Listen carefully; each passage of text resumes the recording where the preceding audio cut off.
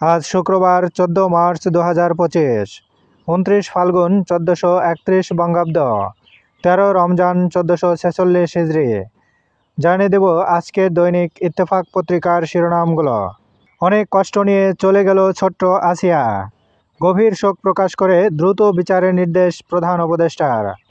যারা খারাপ কাজ করেছে তাদের ফাঁসি চাই, শিশুটির মা।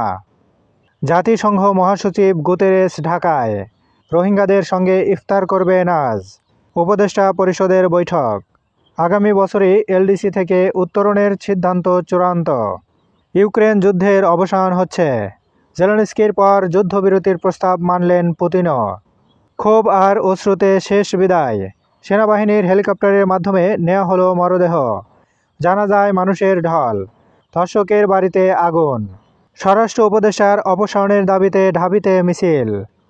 ধর্ষণের বিচার নিশ্চিত করা অত্যন্ত জরুরি, অভিমত চিকিৎসক, আইনজীবী, মানবাধিকার কর্মীদের। প্রতিদিন দৈনিক পত্রিকাগুলোর শিরোনাম জানতে লাইক, কমেন্ট এবং সাবস্ক্রাইব করুন। এবার শেষের পাতা।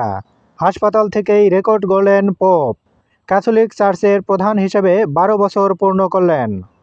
ইউরোপের মদের উপর 200% শুল্ক হুমকি ট্রাম্পের।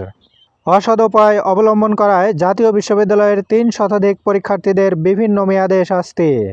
1.5 লাখ শিক্ষকের পদ দীর্ঘদিন ধরে শূন্য, শিক্ষক সংকটে পাঠদান ব্যাহত।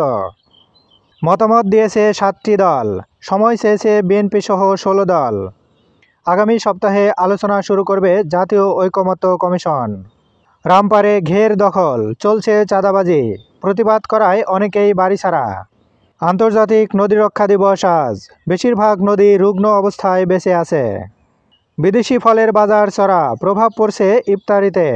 মধ্যবিত্তের ভরসা বড়ই, পেঁপে, পেয়ারা। ঢাবির সাবেক ভিসি অধ্যাপক আরেফিন সিদ্দিক আর নেই। শি জিনপিংয়ের সঙ্গে প্রধান উপদেষ্টা ডক্টর ইউনূসের বৈঠক 28 মার্চ। দেশে প্রশাসনের কর্তৃত্ব না থাকায় ধর্ষণের ঘটনা বেড়েই চলছে, মির্জা ফখরুল।